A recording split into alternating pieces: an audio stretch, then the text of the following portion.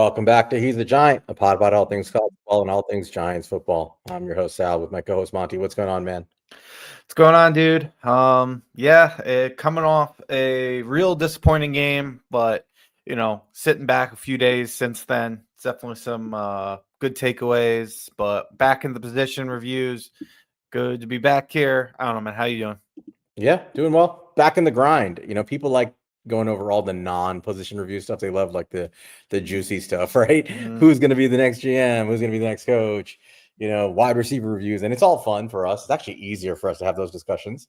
Yeah. But the grind is this stuff, right? It's going through the prospects and digging through them. That's what we do. We dig through these college prospects and find 5 guys that we think you guys are going to enjoy. This is an interesting group, the safety group. I mean, we put it off a couple of weeks, mainly because we had some other things that were worth discussing, and also because honestly, we were waiting for film on some of these position groups. It's a position that you really need all 22, and I know we struggled a little bit with a couple of these guys getting it, but it's just so important with these secondary guys. Yeah, I mean it's an interesting group because I didn't think we'd be in a position where we're talking about safeties after the last offseason. Yeah. We had just drafted Tyler Nubin in the second round. We just paid Javon Holland. I'm thinking we're good, right? But our safety play has been very subpar so far. And I think that brings up a point, right? Do you think it's a talent issue? I mean, are these guys just busts on the team, or do you think this is a coaching issue? Because that kind of segues into everything that happened this past week. Yeah. I mean, I think when we get into this week, it's a coaching issue all around. I do think that there's coaching issues on defense. I think, for example, I think the guy to talk about is Tyler Nubin here.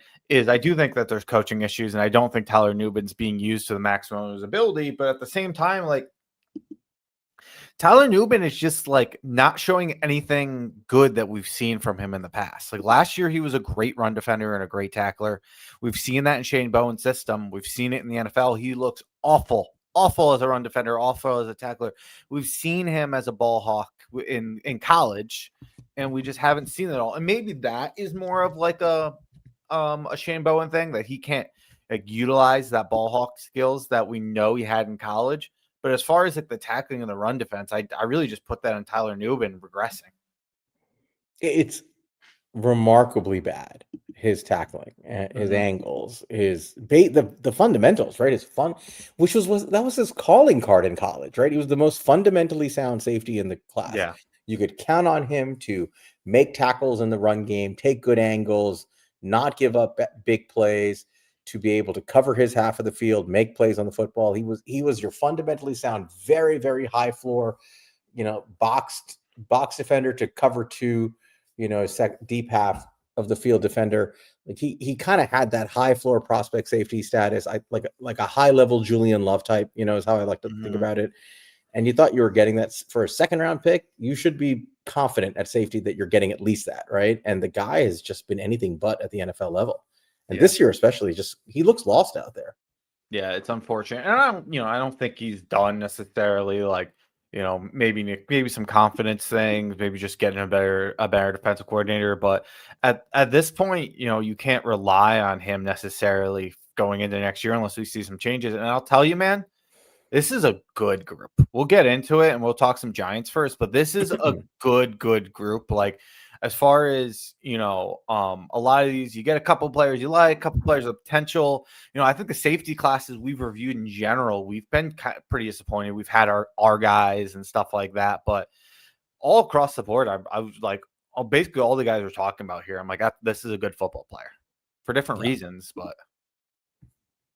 Yeah, I mean that's the thing. I think it's not. I would much rather see, and this goes to the coaching stuff. I mean, we just saw them blow this huge lead in Denver, which would have obviously, and we don't have to rehash it. Everybody's talked about it all week, but if they just held on to that game, it completely changes the trajectory of the season. I mean, completely changes it. And they had every right to hold on to that game. They're up, 19-0. Should have been 21-0, but up 19-0 going into the second half. I mean, to the fourth quarter, and just, up 26-8 with 6 minutes to go. I mean, just terrible collapse. But it shined a light on the deficiencies in some of these players' development. And I think guys like Nubin, regression in guys like, Holland's a veteran, but still, their play, Banks. I mean, there are guys who are just playing way below what you expect them to. And the question becomes, how long can you continue with this coaching staff, especially on the defensive side? Because I Yeah. want to know, is this a coaching issue? Is this a scheme issue? Are these guys lost out there? Is there actually talent? Because I suspect there actually is still talent in that secondary, and they're just, other than Cordell Flott, like everybody else looks lost. Or are they just not talented? Are they just not good anymore, right? And do you have to prioritize these positions in free agency and the draft? It would be nice to know. And as long as they keep Shane Bowen as coach, I just suspect we're not going to find out. And we're going to be guessing come the offseason.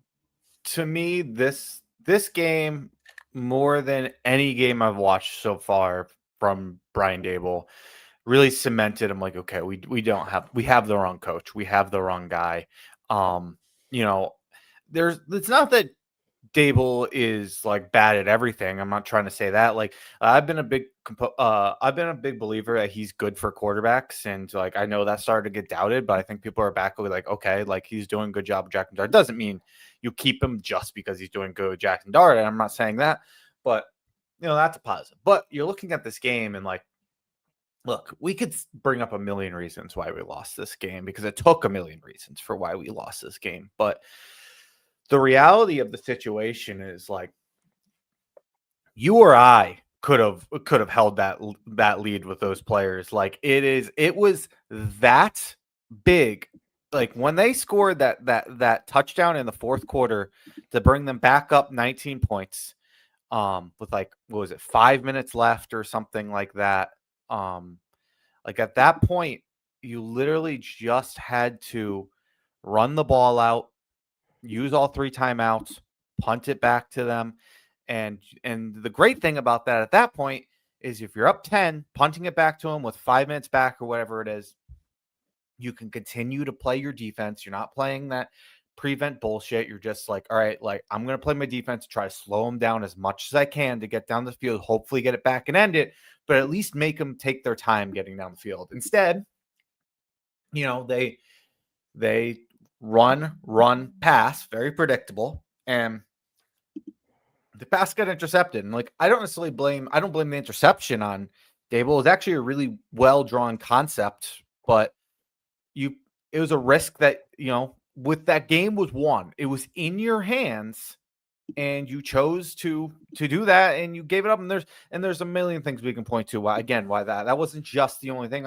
But all I'm basically saying is that like, a game was over. It was quite literally over. There's been, like what they said, the last like 1,600 instances of being up like that amount of points at that far in the fourth quarter. Every single time the team up won, and we did it and we blew it. And it's bad teams find new ways to lose. And every single week, it's seemingly like this team finds a new way to lose. And I see the culture changing with these young players. I see players on here that are winners, and I think we can win with. The issue is coach is a loser. That's the reality of the situation. And I really do think if we got new coaches in here, I'm more confident than ever that we have a team that we can win with. And these coaches aren't the ones we can win with, though. If Jackson Dart was our starter from week 1, what do you think our record is right now with the current coaches? Let's say we're 2-5 now. So are we at least 4-3? No, maybe. I don't know. It depends how you look at it. I think so. Is 3-4 fair to say? Yeah, I mean, I would say you would at least get one of the games between the Chiefs and Washington, probably Washington. The only other argument I think I could make is, maybe Jackson Dart doesn't make the mistakes he did versus the Saints if he has a little bit more playing time, and you can seal that game. But so I think, but like confidently 3-4 with the current coach. Yeah, I think you get at least one, more likely the Washington game, but I think you get one of the 2 games from Washington and Chiefs. I don't think you win the Dallas game, because I do think Russell Wilson played a great game, was a perfect fit to go against that defense. But so then let me ask you another question. So you think 3-4, maybe 4-3 if we're lucky with Dart, with this coaching staff. What's our record right now if we had Dart from the beginning of the season with which league average coaching staff? with league average coaching staff. I mean, I think we're solidly 5-2. yeah. I mean, look, I said, look, even we go the route that we already went. If we had I said this, if we had Wink Martindale still, we'd be 5-2 no matter It's what. 2 wins. We won't Yeah. lose Dallas, and we don't lose this game. Mm-hmm. That's That's for 4 sure. and 3. That's 4-3 right there. And then if you just and I'm sure if you had better decision making. Honestly, there were things in that first Washington game. I was at that game where mind-boggling decisions. I go back to their own, despite the fact they were outplayed all game. Middle of the fourth, 10 minutes left in the fourth quarter, they have the ball down 14-6, and they're at the Washington 40 something or midfield somewhere, and it's 4th and 3, and they punt. Mm-hmm. And why? What are you doing? Yeah, so Yeah. it's things it's the way he coaches. It's just doesn't make any sense. Personally, I think he gets very conservative and freaks out in certain spots, and he's just not decisive. I do think he's doing a good job with Dart. You got to give him some credit because Dart's playing well, and Very, very well. And it's maybe not he would have done just that anyway. Right. Yeah, Maybe he it's would have not done that just anyway. Dable, but he's done a good job with Dable. Oh, Dable, Dart has done a good job with Dable. That's the reality of the situation. Yeah, that's it, right? He's the coach, and the kid's playing well, and that's all there is. But Yep. there's more to being, there's more to being a head coach than just getting your young quarterback to play well. And Correct. it's the other stuff that he just doesn't do well. Team is not fully prepared to play 4 quarters. They fall apart. They make bad decisions. They make terrible decisions in crunch time at the end of the game at halftime. It's just tough stuff to watch. Anyway, with that in mind, they got the Eagles coming up again, and we were talking about this earlier, but I think this is we just beat the snot out of the Eagles, just 2 weeks ago, less than 2 weeks ago. Mm-hmm. It's a very winnable game. You saw that, we dog walked them. So this is different. They're healthier. We're not as healthy. Yep. And they have film on Dart. It's hard to be a team twice in one season anyway, regardless of that. You're at the link this time and not at home.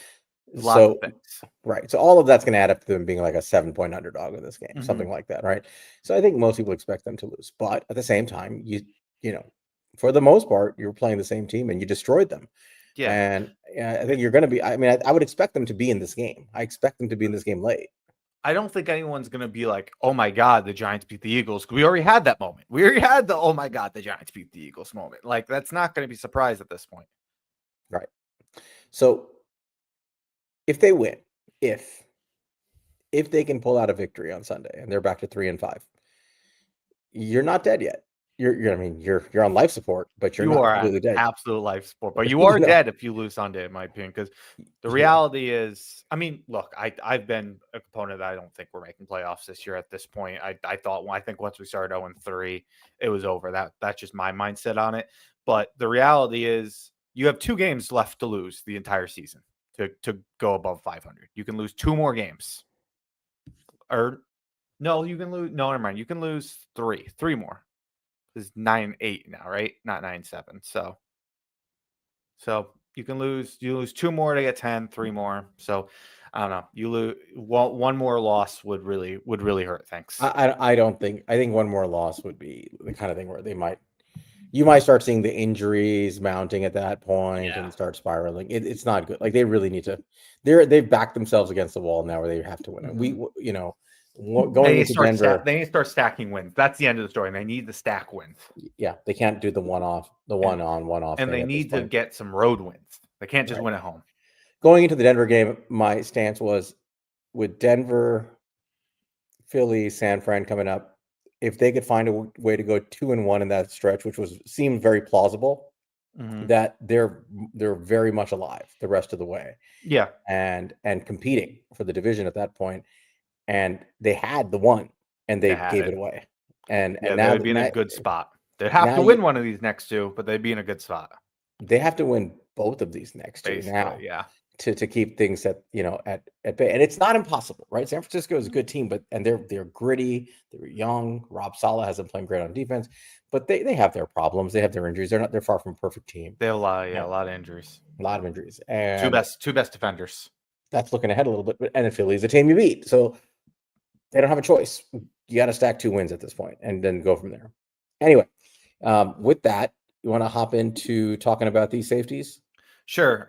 First, before we hop on the safeties, just because we always forget to do this, I just want to anybody in here, if you could, please like and subscribe. If you're not here at the end, normally, I just want to get that one out. Like and subscribe really helps us put a lot of work in this, so we really appreciate you guys working on getting ourselves to 1,000 subscribers on YouTube. So if you help us there, we greatly appreciate it. And if you can get a chance, please take the link on Twitter and retweet it. Get people to join up. That would be great. Get the views up. Get the subscriptions up. And once the way I think once I'm not totally an expert on this, but I believe that once you hit like 1,000 on the subs on YouTube, the algorithm takes you to another level in terms of how far your audience reach becomes. So it would be a big deal. So we appreciate you guys as always. All right. Getting into safeties. We talked a little bit about our secondary before. The Giants invested a lot in the secondary. First round pick on Deontay Banks. We'll get to him in a minute. Second round pick on Tyler Nubin, right? Last year. They spent a ton of money this offseason on both Paulson Adebo and Javon Holland to shore up the position. And none of those guys are firing on close to all cylinders. And the one guy in the group that's holding his own and looking elite is Cordell Flott. In his fourth year, the fear of the Flott is I posted on Twitter. It's not a joke anymore. It's not a joke. I mean, he is producing at a top 5 level in the NFL right now as a cornerback. Yeah. And I mean the film matches it, right? I mean, he's becoming a lockdown corner. And and I posted like he gets challenged early in games. He gets challenged sometimes multiple times, and he just wins constantly. And it's getting to the point now where I think teams are just not going to challenge him anymore because they're going to look at the other side and they're going to say, well, Phillips and Adebo lead the league in challenge in targets. And I think it's going to get worse. I think they're going to keep getting targeted because Flott is somebody they don't want to throw to at this point. So that guy's awesome. That we're going to have to pay him, figure out a way to pay him. His price keeps going up every week. Like I can't believe we're getting to this point, but it's like there's a world in which Cordell Flott's pushing $20 million a year. I didn't think that was possible, but that's what these guys get paid, right? If he balls out all the way through the year, that's a conversation. So let's assume for a second we're keeping Flott because we have to keep Flott. He's 24 years old. He's our kid that we drafted and developed. You cannot lose a guy like this, right? Let's assume we keep him. And you got Adebo under contract. And hopefully in his second year coming off that leg injury, he'll be better next year. He's been okay this year, but hopefully you get more. You have Drew Phillips. I forgot to mention him. He's a 3rd round pick. And I think, I'm very critical of him and his coverage skills, but at the same time, you've mentioned it and it's fair. He's kind of inconsistent, but he has some good days and some bad days in terms of ball skills. He is a good nickel defender in the run game. His coverage skills can be lacking at times. We saw that in this game. Yeah. Up and down, but he will, but he'll make up for it every now and then with an interception, which makes up for a lot of it actually, so yeah, he's I think you can slot him as your starting slot corner. I'm not worried about that. Yeah. I think the reality of the thing for me is with corners, you just have to get used to inconsistency at this position. It's just the most inconsistent position in football. And I think what would make it better is if you had more consistency in the safety room. And honestly, like if you had some help and you had guys you can rely on to be better in run support, to be better in coverage, where it takes a little pressure off these guys. So you're not truly just depending on man type coverage, which is really what the system is supposed to be based on, right? This whole system that Shane Bowen runs is based on the safeties being the ones who make plays. It's based on them covering certain segments of the field to make it easier on the corners. It's not a system that's designed necessarily to have these corners out on an island by themselves and just winning, although it seems like that's what has to happen right now. So with that said, all these other positions that have to be addressed, safety suddenly is one where even though we didn't think we'd have to address it, you can't ignore it. Like, and this is one where I don't know if they're going to take somebody in the first round on day 2 or they'll wait till day 3, but I'm pretty confident they're going to dip into the safety market at some point this year in the draft or in free agency, but I think most likely in the draft. So why don't you start with our top guy? Because I know you like this tape a little bit better than I did. We obviously both liked it, but hype him up a little bit. Yeah. So as per usual, we're going over 5 guys here. We're not ranking like what we think our definite top 5 are. We just pick 5 guys that we thought were interesting and worthy of discussion, and we will rank them amongst each other though. So number 1, everybody who follows college football should know the top safety in the country is a blue chip prospect, arguably one of the top prospects in the country, period, is Caleb Downs of Ohio State. He's 6 feet tall, 205 pounds. He was a 4-star recruit. He is a true junior. He was the first freshman in Ohio State history to lead the team in tackles. No, it's Alabama. 'cause I'm he was sorry, on- Alabama. yeah. When he was in Alabama before he transferred, I'm sorry, Mhm. to lead the team in tackles. He is, his pros. I think what stands out on tape when you watch him is his physicality and his runs, his ability to take away the run game. He is a heat-seeking missile coming downhill, and he takes guys out with physicality. Great tackler, comes with a pop. That's all preceded by his football IQ. He diagnoses plays, especially in the run game, very fast, and he moves quickly to eliminate big gains. His closing speed and athleticism is on display when he does that. He is able to be a versatile chess piece in different types of coverage schemes. He can play zone, he can play man. He's very good in man against tight ends. I wouldn't say he's an elite defender in pure coverage situations, but he's a very good one. And he's versatile, which I think is key for the safety position. I think in zone is, when it comes to coverage, that's where he really thrives, where he's able to roam around the field, keep his eyes on the quarterback, and break on the football and make plays.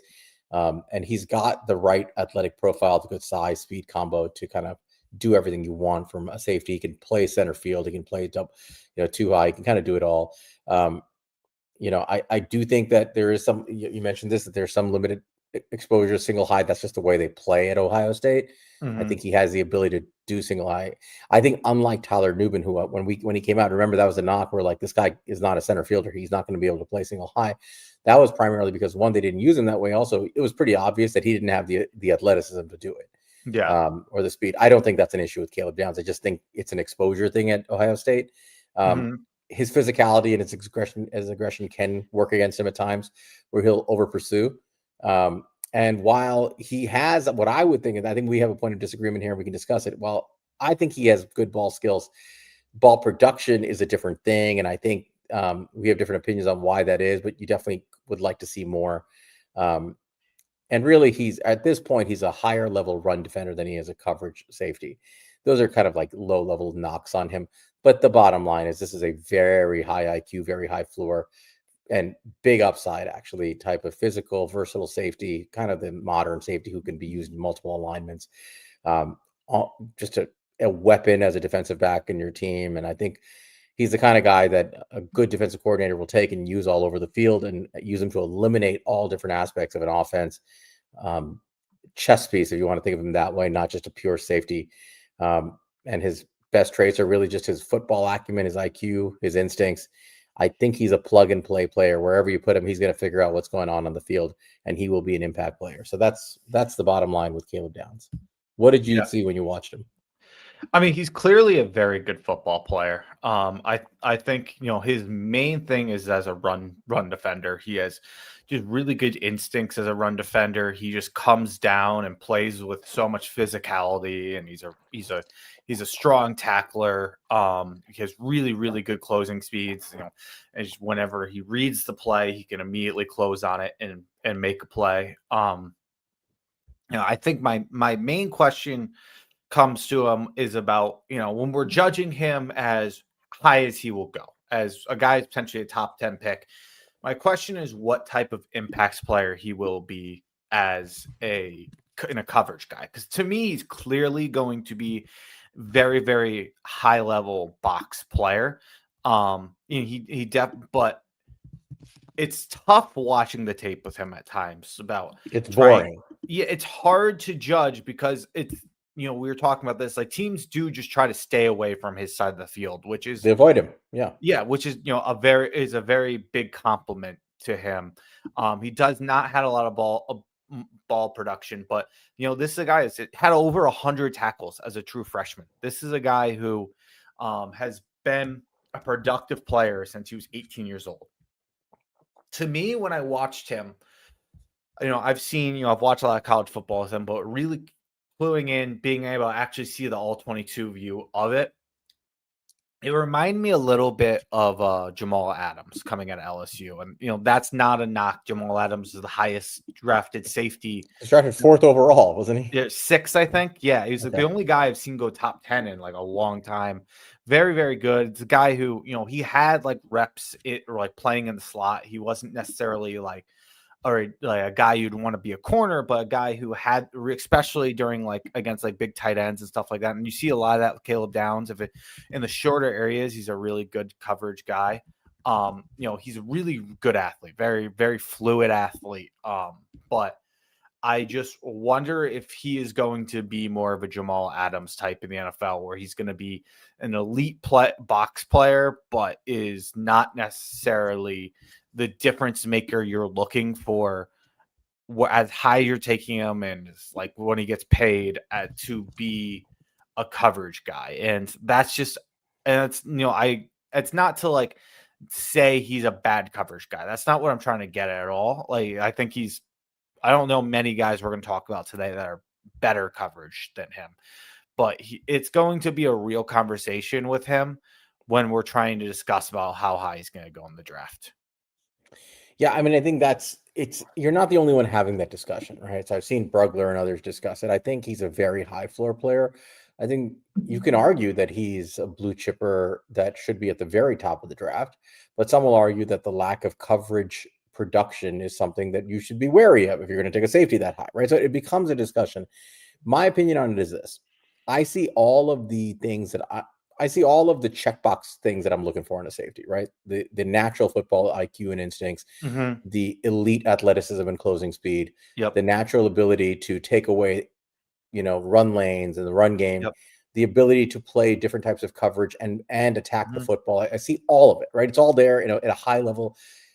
I really think his lack of ball production right now and the way the tape looks is purely because other teams know it and they're just avoiding him, right? And I think that's a testament to him. It's a strength, not a knock on him, and that's how I view it. People do not want him to negatively impact the game because he is the kind of player who, if you throw through to his side of the field, if you run to his side of the field, he will create negative plays. And destroy drives. And I feel like that's how powerful of an impact he has on the field. So you got to look at him that's how I look at him, right? Now that could be oversimplifying it and maybe I'm magnifying too much what his value will be, but that's what it is in college. Teams are obviously avoiding him completely. So I'm a big fan. Yeah, the one thing I'll say though is, with a lot of these guys who become like and I agree with you. Like you watch it, he's being avoided.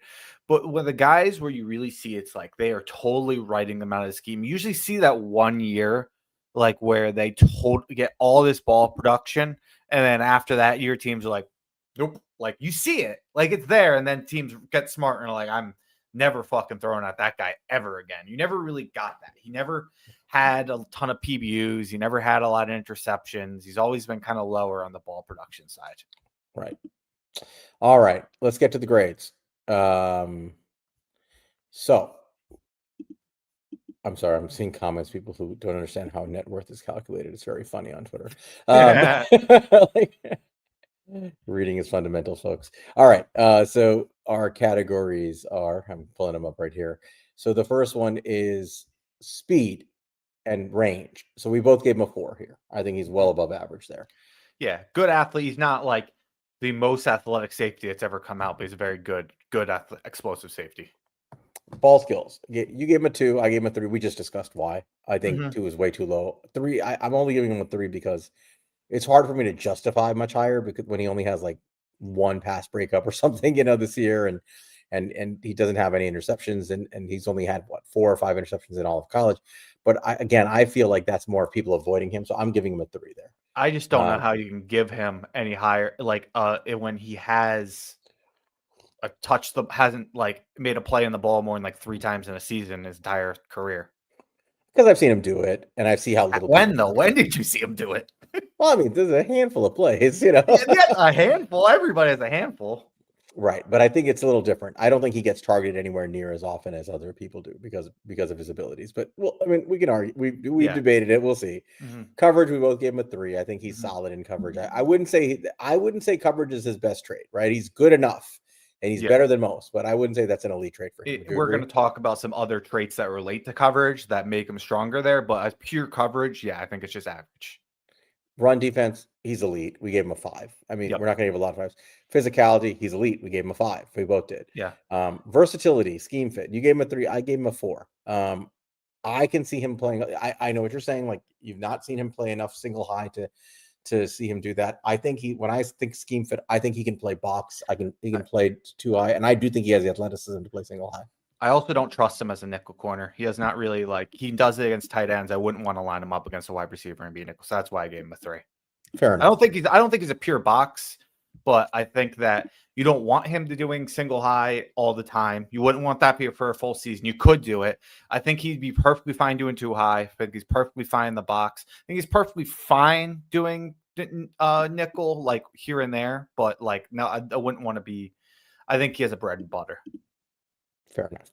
Field vision and instincts. We both gave him a 4, and I think that feeds into coverage, right? I think he has the instincts, and he can basically cover and see the whole field well. That's where some of the coverage stuff comes in, I believe. But we both gave him a high grade there. So overall, he could have been a 5 there. Overall grade, we have him at a 3.85. You had him at 3.71. I gave him a 4. I think he's basically. I personally have a high belief that this guy's going to come in and cement himself as kind of a perennial Pro Bowl / All-Pro safety at the NFL level. Yeah, I mean, I think that he is a better prospect than my grade necessarily represents. I think that he has elite traits. I mean, that's at the end of this. When you're grading this and guys have elite traits, multiple elite traits, that's what it makes for the prospect you should be looking for. Correct. There's going to be other guys we talk about that end up with a similar grade, but don't have any elite traits. They just have, they're very well-rounded. That's fair. All right. So he's our top rated safety. Why don't we go over number 2? All right. Let's see. I think I have the option with this one, right? Yeah, you can pick the one you want. All right. I'm going to go with the guy that I had rated higher. So go for it. Let me stop sharing and share this guy's tape. So the next guy I'm gonna go with is a little bit of an older prospect, but one who's been having a phenomenal season this year and had a really good season last year as well. And that's Michael Taff or Tafe or whatever from the University of Texas. He is, let's see. I had him listed here at 6 foot 189, so kind of a lighter guy. He's a 5th-year player. He's a redshirt senior. He was a 2024 Associated Second Team All-American. Unfortunately, just recently broke his thumb. So, this great season that you're seeing on the screen, if you're watching right now, that's coming to an end. He has ending with a 91.1 PFF grade, assuming he doesn't come back at the very end of the season. Has a track background, a baseball background, a basketball background, played lots of sports growing up. But let's kind of get into what I saw when I watched him. So I saw a guy who was tasked frequently with single high. I think that's where he was more often than any other spot. He was asked to do a lot of single high coverage at Texas. And he showed really a lot of comfort playing deep center field. Fast reaction time, strong anticipation skills to jump routes and make breaks on the ball. Really effective, reading quarterback's eyes and displays strong feel for zone coverage. Really fluid hips and smooth transitions from backpedaling to driving on throws. I thought he showed corner-like man coverage abilities that time and could really run with receivers vertically. Disciplined and aggressive as a run defender is how I phrased it. I thought he's a guy who really flew downhill. The second he reacted to something, he flew downhill, but he would throttle down last second, put himself in a good position to make a tackle. High football IQ, really diagnoses combinations and makes pre-snap adjustments to cover shells accordingly, and displays athleticism to carry receivers deep and stay in phase throughout the catch point. The knocks I had on him, I thought he was a smaller frame guy, limited play strength to make it difficult to fight through blocks in the line of scrimmage. I thought he was a good, not great athlete. If he made a mistake, I thought his recovery speed wasn't as good as some other guys that I saw. needs to improve on some of his tackling technique. I thought he was a guy who, he does make the tackle most of the time, but he leads with his head a lot, and that, that's something you need to clean up. And limited physicality compared to some of these bigger safeties. He has some struggles with some of the bigger players to get tackles on, and things along those lines. Just from a physicality standpoint, he needs to be a little bit better. But really, really interesting guy. I really liked watching his film. I thought he was a guy who did a lot of things well, really good ball skills, and just a good football player, man. What'd you think? Yeah, I loved his film. I mean, I think, where Downs' film was kind of boring, because I think he's so technically sound and so good at what he does. And people just stay away from him. Where Taffy's he's on every play. Like, there's almost not a single play on the field where he's not in the pile, right? And that's something you notice. I think I might have said the same thing about Makuba last year, right? And like, there are some guys who find themselves in the play constantly, and Taff's one of them. I think you kind of nailed it. He's a very high IQ football player. This is a guy who I think you can just tell he studies in the film room, right? You can just tell he diagnoses what the offense is doing almost pre-snap, and he looks for confirmation at the snap, and he fires. If he sees a certain formation, you can tell he has seen on tape, this is what the offense is. These are the options that I have with this formation. He sees one little cue before at the snap, and he fires into position to make a tackle, whether it's in run fits, especially in run fits. I think he takes incredibly quick and efficient angles to the ball carrier and gets there. Like you said, he does not like just run past them, though. He throttles down and tackles them. But even in coverage, I mean, I think he's a really good defender in coverage. He can run with guys. He can run with guys pretty fast, like running backs and tight ends. He's a better man defender than I think some of the other guys that are on this list. And he's quite good in zone. There's not a lot of weaknesses. I think if there are a couple of weaknesses, I would say are one, that his tackling technique can be a little bit like, he tackles like the way Cam Scadaboo pass protects. Exactly. Right? Like imagine Cam Scadaboo as a safety. Like that's how this guy tackles. Like his head goes into every tackle, and it's lunging after a certain point. And he got called with I think he got called with targeting in one game. He did, yeah. Was it Arizona State? I can't remember the game, but and it's he had some Yeah. And he had some missed tackles the last couple of years. He had 21.3% and 18.9%, but he's down to 2% missed tackle rate. He's clearly worked on it. You look at his film this year, it's not the same, but in the past he was throwing his body around.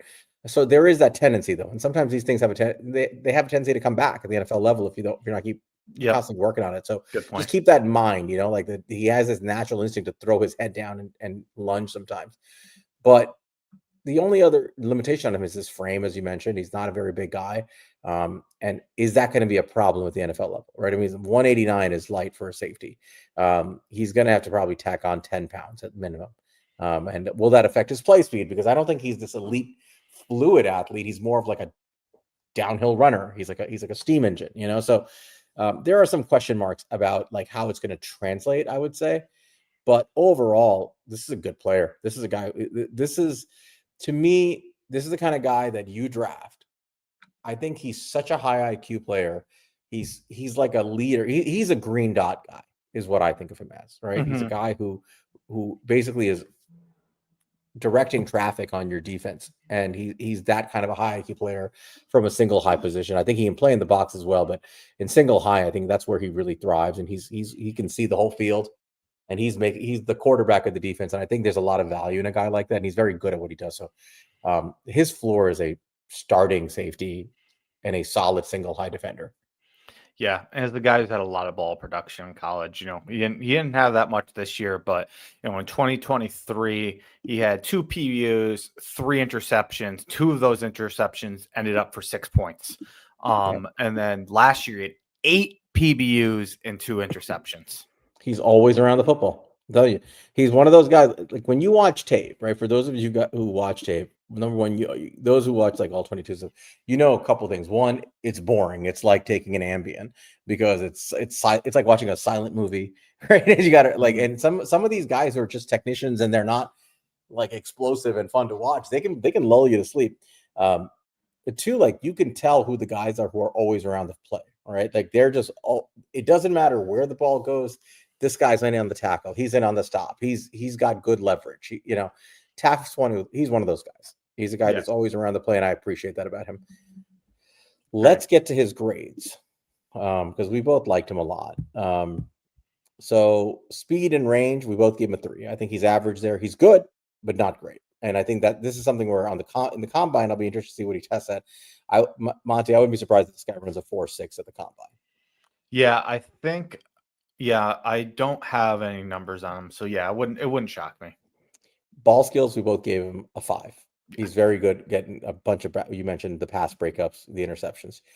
Coverage, we both gave him a 4 for the reasons we mentioned. Run defense, you gave him a 3. I gave him a 4. I'm curious why I gave him a 3, but I gave him a 4 because I feel like, at least on this year's tape, he's got a nose for the football on almost every run play I saw. Yeah, I bet it's pretty critical overall. This when I was rating today, I don't know. Maybe I woke up on the wrong side of the bed today. I think it was mostly just from like him being kind of a smaller guy to struggle getting through blocks, and I think just some of his tackling technique. So you gave him a 2 on physicality. I gave him a 3. I think I'm being generous. I think I could have given him a 2 here. I was just being generous. Versatility and scheme fit, we both gave him a 4. I think we both said he can play slot. He can play single high. He can play in the box, although he's like, he's going to get pushed around a little bit at this size in the box, but he can do it. Yeah. And field vision, I think he's above average. You both gave him a 4 there. So we graded out as a 3.85 for me, 3.57 for you, and overall 3.71. Mm-hmm. It's a good player. Very good player. I mean, yeah, for sure. All right. Let me pull up the next guy. And I'll get him ready while we transition here in a second. But the next guy is somebody that is part of a tandem that we're going to be discussing today. What I think might be the most interesting safety duo in the country. And the first one is the higher star recruit. So the next player we have, the third of our 5, is Kamari Ramsey of USC. He was a former 4-star recruit out of LA, started at UCLA before transferring over to USC. Another one of these guys, I would say very similar to Taff, right? I think there's a lot of similarities there. Versatile defender, lined up a slot, box safety, single high, nickel. Really, kind of a defensive coordinator's dream because you can use him as a chess piece anywhere you want. Very high football IQ. Process is quick, and he has, I think where he excels over a guy like Taff is he does have that elite athleticism. So he turns that high IQ into a fast trigger, and you see explosiveness in his game. Yes. Really explosive. Like he flies on the tape. Good feel in zone coverage, good use of spacing and leverage. Has a decent awareness of route concepts. Very fluid. Flips his hips like a corner. Can run with guys in man. Very aggressive, competitive, violent play style. Tackles guys with aggressiveness. He can be used as an effective blitzer, and he gets to the quarterback quickly. He's a high motor guy. Just he's flying everywhere. If there are negatives about him, is that sometimes he will, unlike Taff, who I don't think runs himself out of the play, I think Ramsey does run himself out of the play sometimes because he's so aggressive. It's his biggest problem actually is that he's over aggressive with that trigger because his natural instinct is high motor and to fly, and he has the speed and explosiveness to get there quickly, and he can go right past the ball carrier. He will at times struggle to shed blocks. I don't think for all of his elite traits, he has the ball production to match, and that is a criticism of his game. He doesn't consistently finish. He has a couple of picks, but not, probably doesn't do it enough to feel super comfortable about that right now. And again, too much aggression in the run game at times. But overall, this is I would say an elite athletic safety with a very high IQ, a lot of positional versatility, different alignment ability. I think he's just a really, really sound football player, and just the pedigree and everything he comes from. This is a high floor, high ceiling type of prospect, kind of a rare combination. So I really loved his tape. I think I can bet on I can live with the lack of ball production personally with all the other traits and everything I saw, because I know what I'm getting with him. And if the ball skill stuff ever clicks, and trust me, we're burned by that with the Deonte Banks experiment. Yeah. But if it ever does click, then you're talking about like an all-pro. Yeah, I mean, I thought he's a smart, versatile, competitive safety whose coverage, range, football IQ allowed him to contribute across multiple assignments. I see it fluid hips, man coverage skills make him an asset in sub packages, while his instincts and blitzability enhance his value near the line of scrimmage. Yeah, I thought his tackling form and block disengagement need refinement. Combination of coverage, versatility, processing, and physical ed give him the tools to develop into a multi-role safety or nickel hybrid who fits best in defense that allows this flexibility and disguise. So, I think this is the guy's just an overall well-rounded safety who you could use in a variety of ways. He's a guy who's struggled in the past with missed tackles. 20.8% missed tackle percentage last year. You know how many he has this year? Zero. So it's something he's cleaned up. He had 15 missed tackles this year. Or last year, but this year 0. He's reminding me more of like a Brian Branch type this year. Brian Branch was a very, very strong tackler all throughout his years. Ramsey didn't have that. He had a really bad tackling year last year. It was a really good coverage year, but really bad tackling year last year. But I think that's a kind of player that he reminds me of. Yeah. He's a good football player, man. I mean, I think this is a good bet kind of player. The lack of ball skills, I would say that's the one thing that it's like, that's bothering me, especially at safety. But everything else checks out on this guy. And I will say he had 5 PBUs last year, so that's pretty good. Right. All right. Let's get to the grade. So speed and range, both gave him a 4. Ball skills, I think we're being generous here. We both gave him a 3. But he had the PBUs last year. Coverage, we both gave him a 4. He's good in coverage. Yeah, he could be a 5, but he's been struggling a little bit more this year. But I mean, it's again, some of the stuff this year is a slightly different role, and I think that we'll talk about that when we talk about the next guy. But physicality, I'm sorry, run defense, you gave him a 2. I gave him a 3. I'm assuming that's because he will run by guys at times. Correct. He's very active, trying to be around the football. He plays with his hair on fire type guy. But yeah, I was always pretty critical of these guys in my grades today. I feel like, and it was because of that. Physicality 4, guys, hot motor, like big hitter, versatility and scheme. You gave him a 5. I gave him a 4, but I guess you really like what he can play, even as a nickel corner, I presume. Yeah, I thought he had. I thought he could do everything really well. That's what it is. I thought he was the most versatile safety that we reviewed. I thought he could straight up play nickel corner. I thought he could play high. I thought he could play box. Like I said, he reminded me a little bit of Brian Branch. Field vision, we both gave him a 4. Overall, we both gave him a 3.71. Very high grade, essentially the same overall grade as our last guy, Taff. So, I mean, that's a good player. I mean, I do think Ramsey's going in. I'm going to guess like either in the second or early third. That's probably the range he's going in.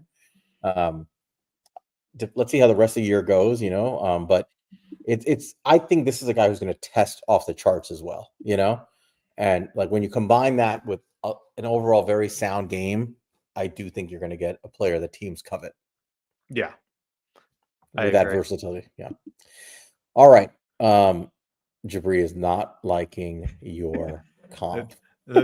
Great value, Brian Branch. Like Kirkland Brian Branch. All right. Why don't you go to number 4, which is since we're teasing into it, but go for number 4. Right. By the way, this was a guy that a lot of people did not have on their radar until very, very recently. And I said, I told Monty, I was like, let's go over this guy. And he's like, who? No. Well, wait. Oh, that guy. That's not who I'm doing, though. That's not our next graded guy. Wait a minute. Let me look at these grades. Our next graded guy is the guy I brought up. Oh shit! All right, never mind. You can do this guy. Never mind. Ignore that. Go for it. Yeah. So until Sal introduced the wrong guy. Oops. This is again similar thing he said. A guy that a lot of people weren't talking about. Another small school guy. Actually, we decided to put on our list, but didn't have the tape yet.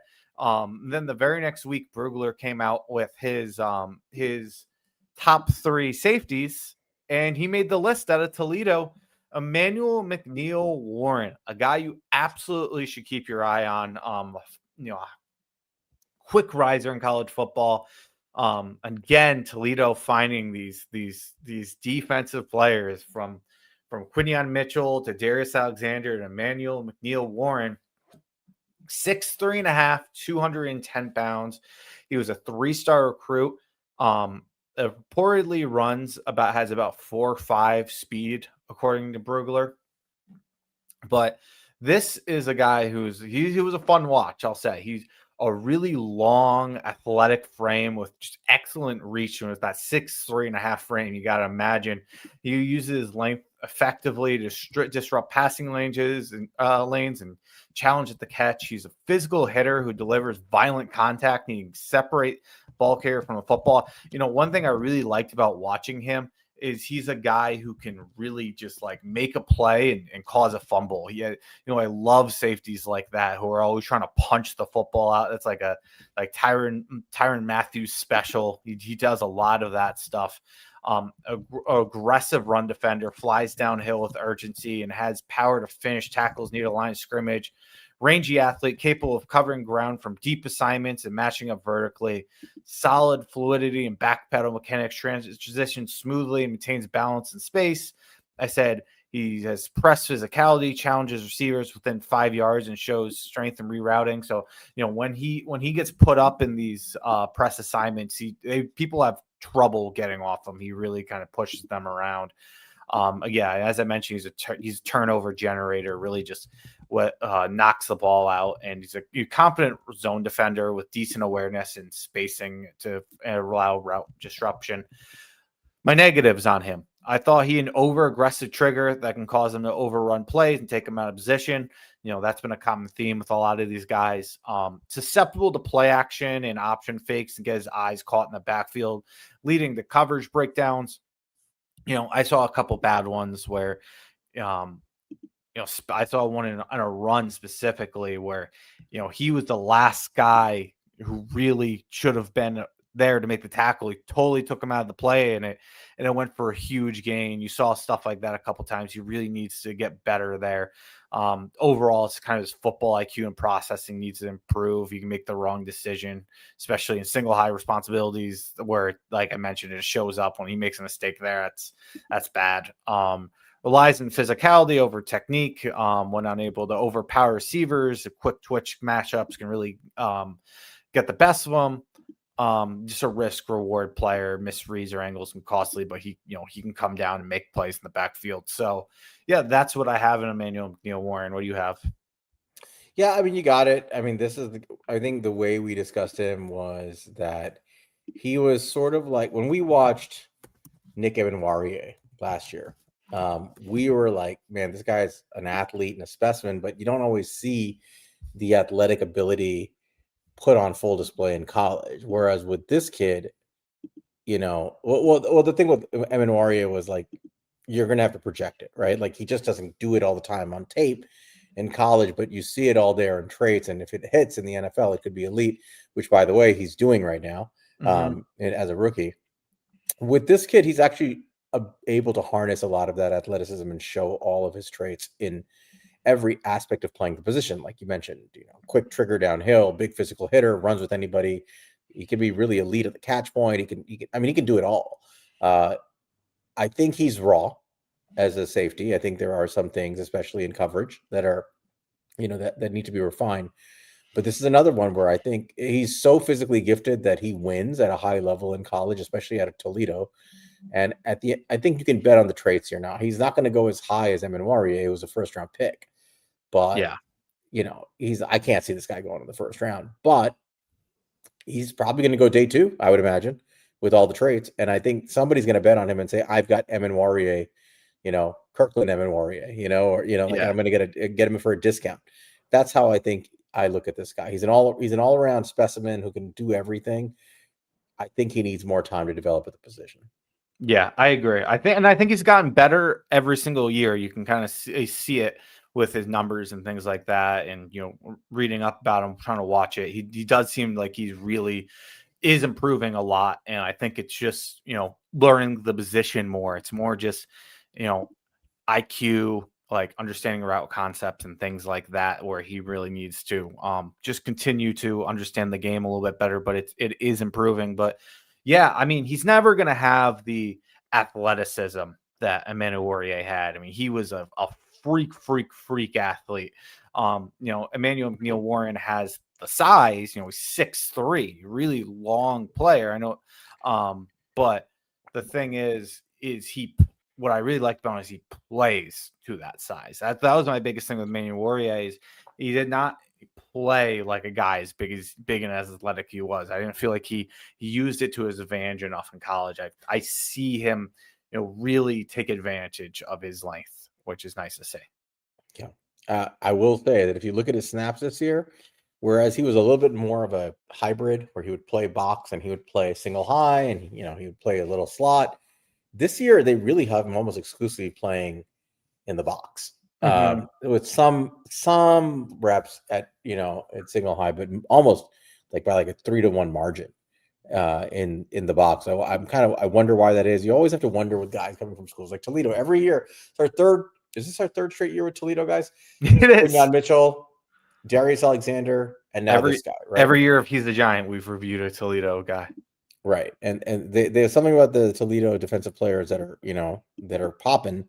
It's getting interesting, but you have to extrapolate some of it and try to translate to the NFL. But I think he's a good bet for somebody as a bet on trades guy. That's how I'm looking at him. But I mean, look at this right here, playing against a real SEC competition, 90.6 versus Kentucky. So we watched that game. It was a good watch. I mean, he had 7 tackles in that game. Mm-hmm. He was all over the field. He had 4 stops. He had forced a fumble. He was really awesome. So again, I don't think he's limited by competition because he's such a freak athlete. I don't think this is like I'm a Toledo, that's why I'm dominating. He's a lot more like Quinyon Mitchell in that sense, who's like he's just such a freak athlete. I think he would do well at any level. I think he's just a less refined player at his position, I think, than Mitchell was at his. And for the record, too, you mentioned like the forced fumble. This, like I said, this is a guy who just has a knack for knocking the ball loose. Thing I look for, just to go over. In 2023, 5 forced fumbles. In 2024, 3 forced fumbles, and this year already 2. Yeah, so someone to keep an eye on. If you enjoy traits-based picks, I think this is your guy. All right, let's get to the grades. In overall speed and range, we both gave him a 4. Ball skills, we both gave him a 2 for the reasons you discussed. Coverage, we both gave him a 3. Run defense, we both gave him a 4. I think he's really good at that, especially out of the box safety role. Physicality, he's a big, heavy hitter. We both gave him a 5. Versatility and scheme fit, we both gave him a 3. And for field vision and instincts, you gave him a 2. I gave him a 3. I gave him a little credit because I think his speed actually makes up for some of it. But yeah, I just try to keep him separate. No, it's hard to sometimes. Mm-hmm. Overall grade him at 3.35. You had him at 3.28. I had him at 3.42. But I think we're looking at him kind of similarly. He's a pretty high. He is an upside swing, right? The one thing I would say about him is I don't know how high his floor is, right? And I think that's that is a bit of an issue with him for me. I don't know if you feel differently, but I feel like his floor could be nothing, because there are some aspects of his game that are essential to playing safety at the NFL position that are just not fully refined yet. Yeah, I don't disagree with you. I think if you play him in the box, a lot of the concerns start to go away from like a floor standpoint. I think if you play him single high, he could be unplayable and could lose games for you. If he doesn't fix some of his understanding of play action and read options and continues to fall for these tricks, he could be unplayable. It's not that it happens that often, but when it does happen, if it loses you a game, that's a problem. So he needs to improve there. He needs to improve overall from like a football IQ standpoint, but I do think it's getting better. So I agree with you from that standpoint. You could totally be throwing away a pick, but I do think that if you put him in the box, he could be a player. All right, let's go to number 5 here. The 5th guy we're reviewing, and I already teased at him. As part of what I think is the best tandem of safeties in the country right now, interestingly, or at least one of the most interesting ones. So our 5th player, this is the guy you're like, who? Is Bishop Fitzgerald from USC. Bishop Fitzgerald is, I want to say, what is he, 5'11"? He's like 5'11", 205. Yeah. Product of Woodbridge, Virginia.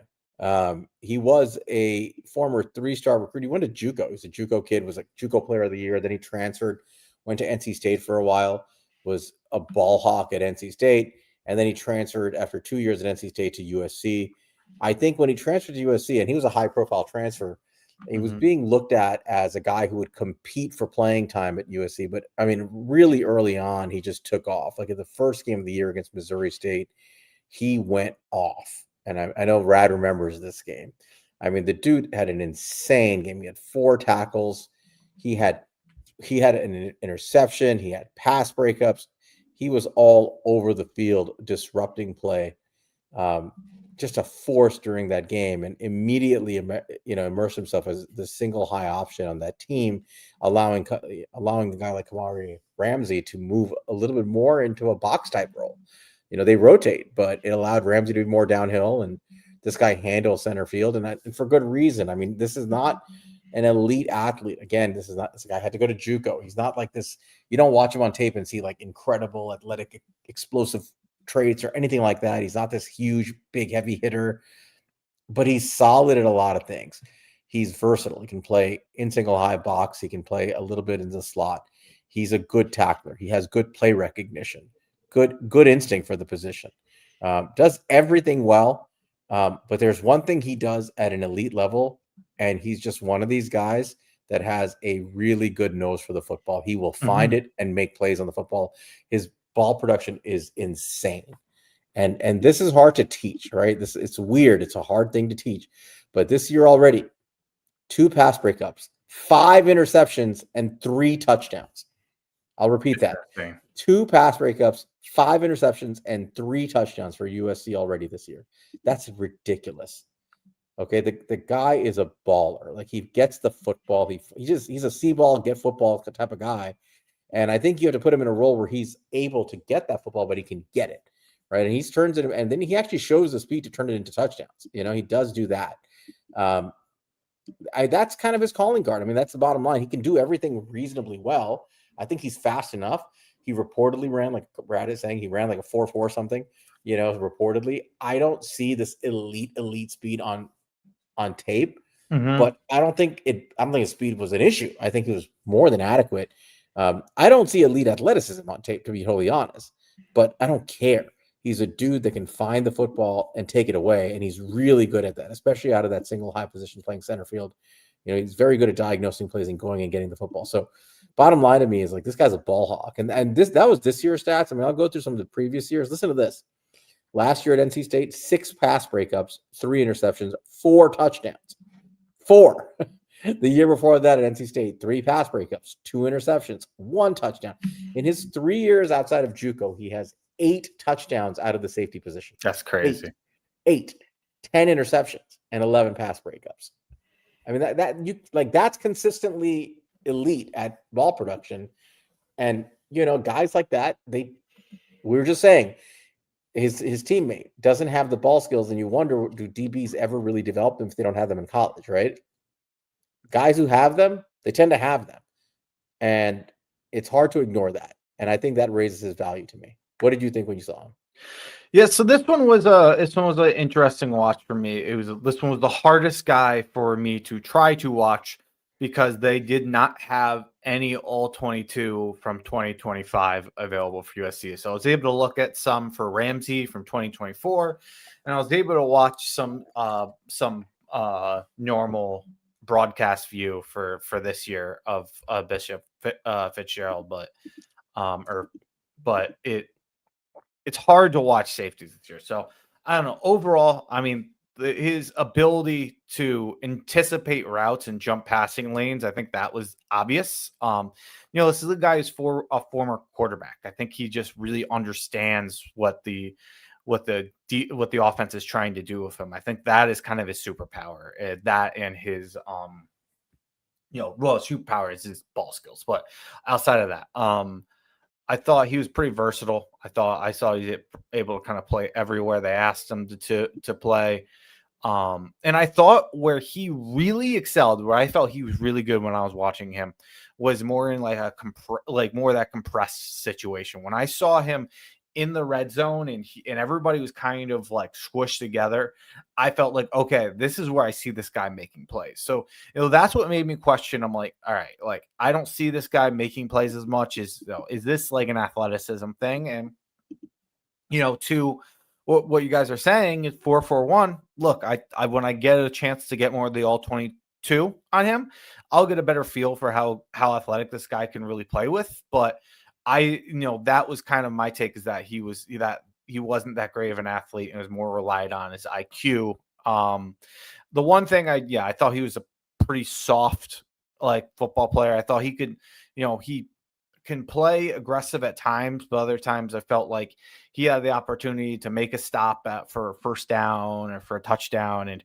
he really kind of just went with like more of a push shove. He's not really, he can kind of get soft out there, and his technique and tackling could use some work. Overall, I did not love what I saw from an all-around safety, but I like, especially watching him compared to Ramsey. I thought Ramsey was a guy, watching him in the same game versus Purdue and that was a really good game to get 2 interceptions in that game. But Ramsey just popped off the screen so much more than this guy. So, a little bit of comparison there, but he did get, he got 2 interceptions in that game. It was a damn good game for him. Yeah.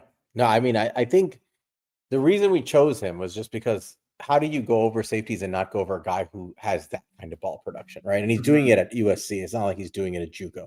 So it's just hard to ignore that for me, and I think he's going to test fine. I don't think he's going to, he might run fast. I don't know if everything else is going to look amazing, but I mean, the guy was, again, an afterthought. He transferred to USC to compete for position, and he completely changed their defense. They were like, crap, this guy's he's a playmaker, and it's hard to find guys like this. And they completely changed their defensive alignment for this guy. And like I said, it moved Ramsey into a more downhill trigger role, where honestly, Ramsey's better at that. Yeah. Ramsey's playing a lot of flats now.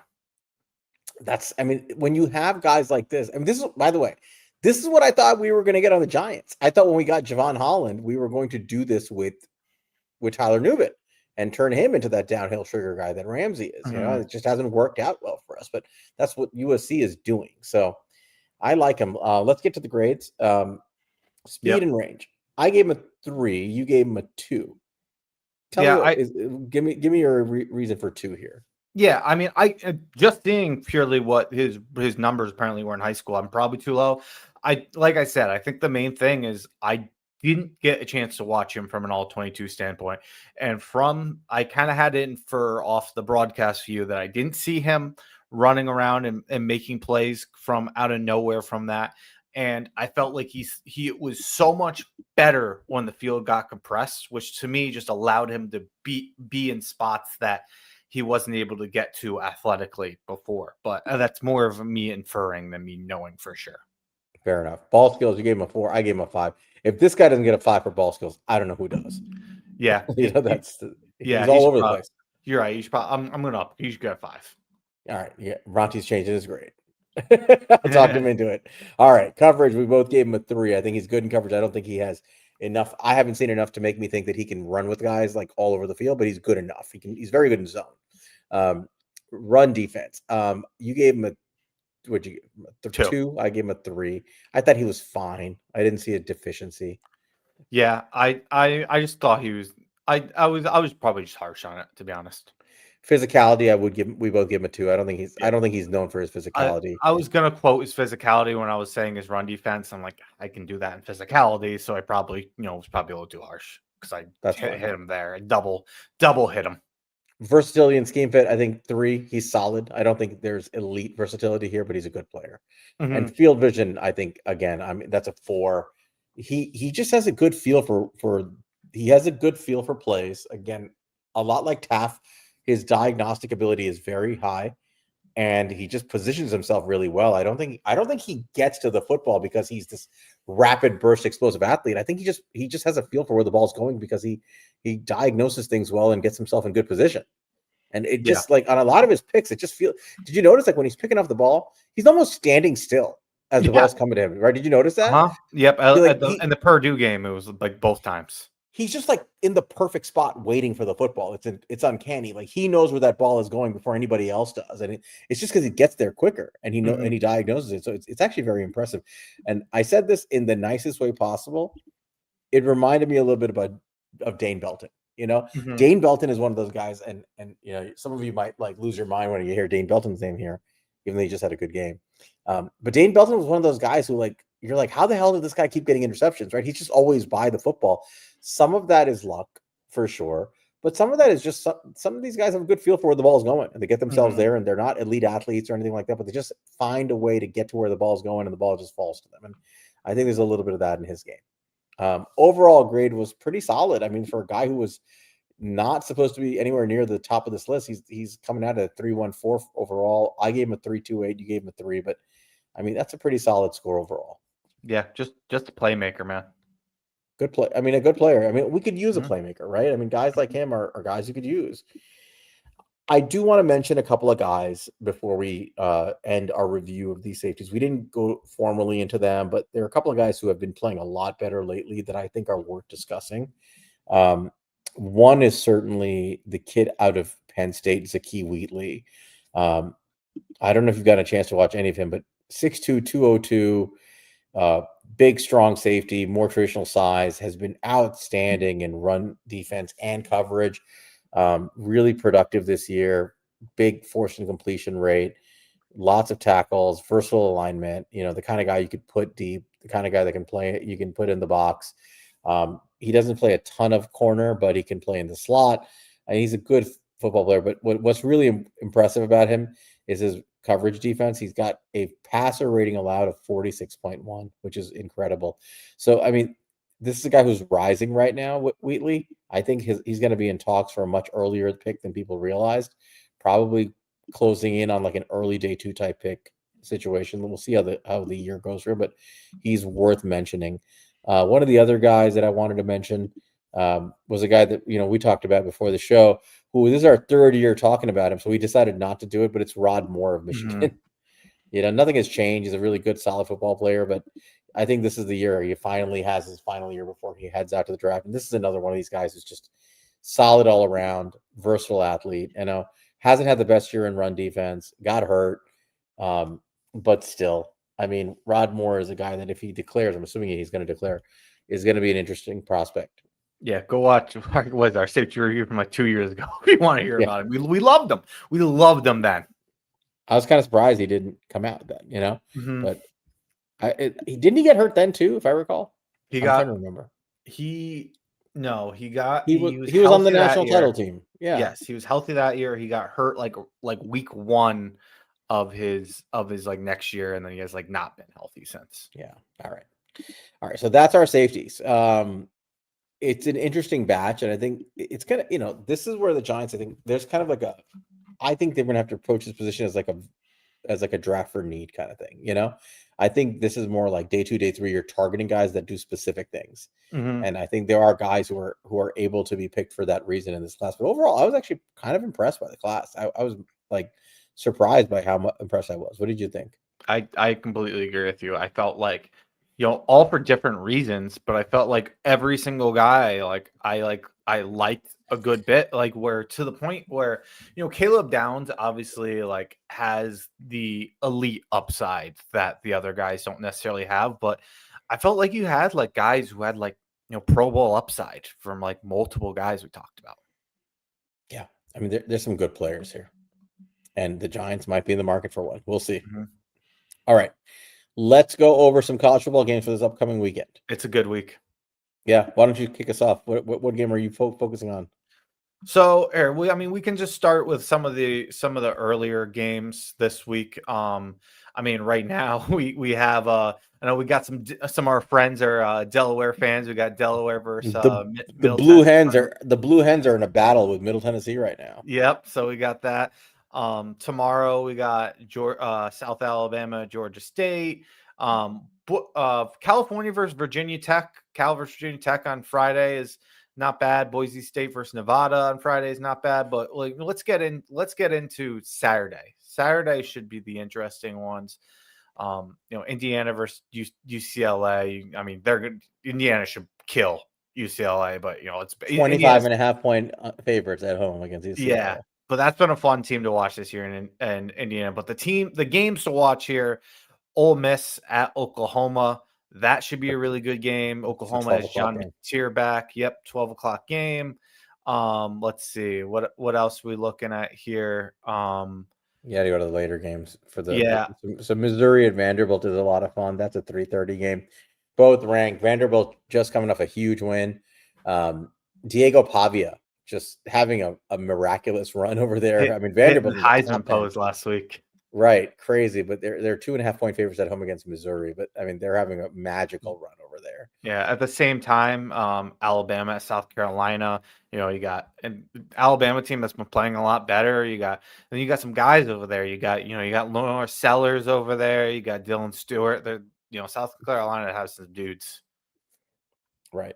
A big game, the nighttime game. I think the marquee game at 7:30 really is number 3 Texas A&M at LSU, who fell off. They lost to Vanderbilt, and now they're number 20 in the country. But that's still a really good football team, and it's going to be a tough challenge for A&M. I mean, they've been great this year. They're small favorites, 2.5-point favorites on the road against LSU. But I mean, that's a game that could determine the fate of A&M specifically. So that's a big SEC battle right there. Mm-hmm. Late games.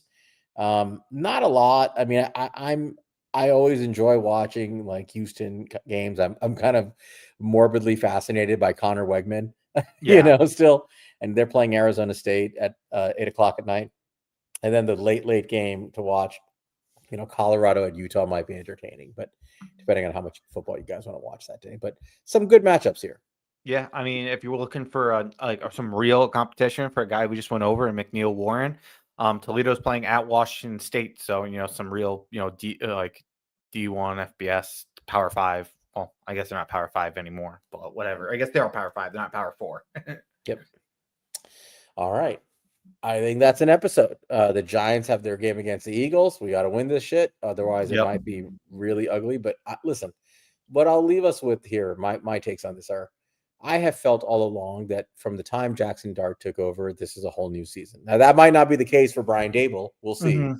But as far as I'm concerned, we're 2-2 in the Jackson Dart era. And quite frankly, we should be 4-0 in the Jackson Dart era, but for some bad player mistakes in the game against the Saints. And honestly, a combination of, just tired players making mistakes and some bad coaching decisions. And some injuries.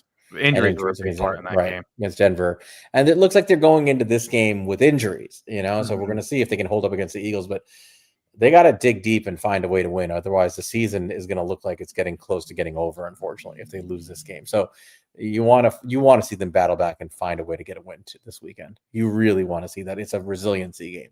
Yeah, look, it's not going to be an easy game. We beat the Eagles once. And that's the first time we've done it forever. Can we do it twice? I'd love to. We'll see, man. We've done it once. We can do it twice. Absolutely. All right. Once again, please like if you haven't already. Subscribe if you haven't already. That helps us grow. You can catch us and find us on @He'sAGiantPod on Twitter.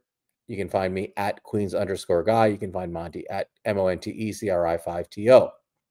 We are going to go over another position group next week. I'm thinking corners to just finish up the secondary, unless we have some other ideas, but we'll see. We'll get to it. We'll be here next Wednesday. Until we see you guys next time, go Giants. Go Giants.